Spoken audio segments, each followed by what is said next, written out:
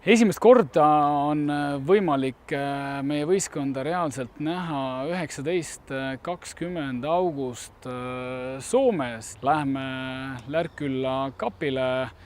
Karja BK46 Soome meistrivõistlustele finaali jõudnud võistkond korraldab seal turniiri. Turniiril osalevad ka Rootsi meistriliiga ja esiliiga võistkonnad, et saame kohe kõva tuleristse Soomes, aga kindlasti on meil siis selle ettevalmistusperioodi viimane etapp Tallinn Men Handball Cup, mille me ise korraldame ja 1. kuni 3. septembrini Kalevi spordihallis. Tallinn Cupile sellel hooajal me võtame vastu 8 meeskonda, järgmisel hooajal soovime teha turniiri juba 16. meeskonnale ja seda taset kogu aeg tõsta.